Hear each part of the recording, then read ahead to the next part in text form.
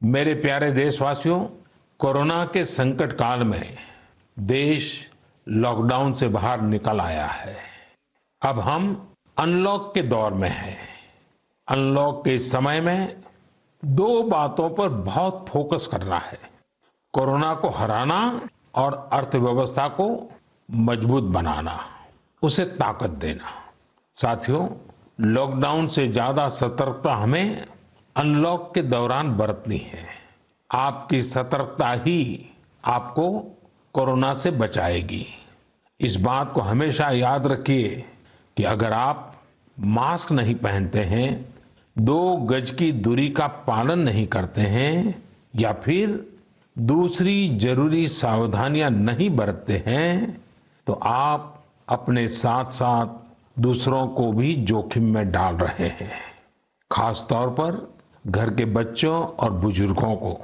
इसीलिए सभी देशवासियों से मेरा निवेदन है, और ये निवेदन मैं बार बार करता हूं, और मेरा निवेदन है कि आप लापरवाही मत बरतिए।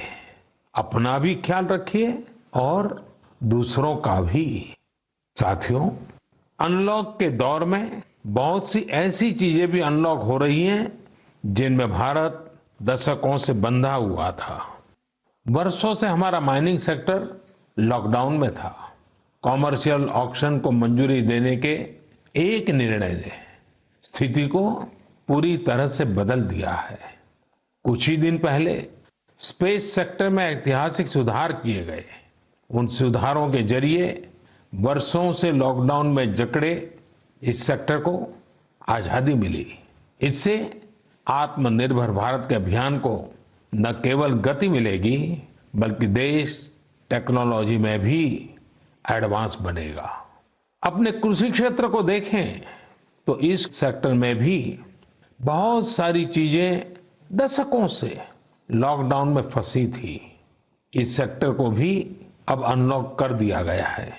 इससे जहां एक तरफ किसानों को अपनी फसल कहीं पर भी किसी को भी बेचने की आजादी मिली है, वहीं दूसरी तरफ उन्हें अधिक ऋण मिलना भी सुनिश्चित हुआ है।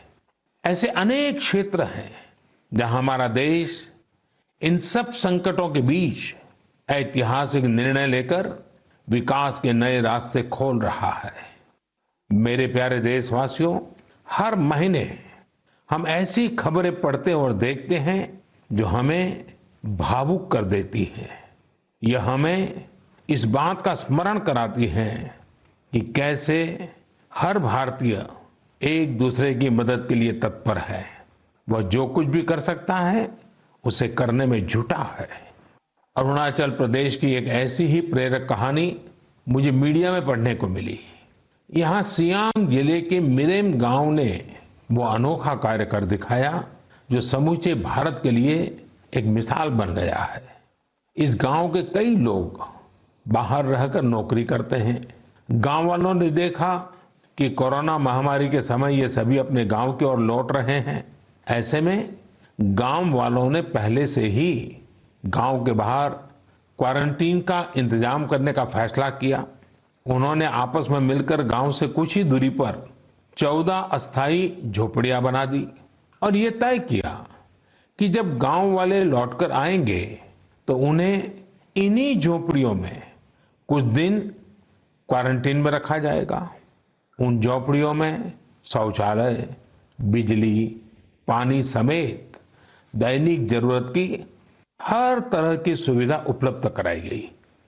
जाहिर है, मिरेम गांव के लोगों के इस सामूहिक प्रयास और जागरूकता ने सबका ध्यान अपनी ओर आकर्षित कर लिया।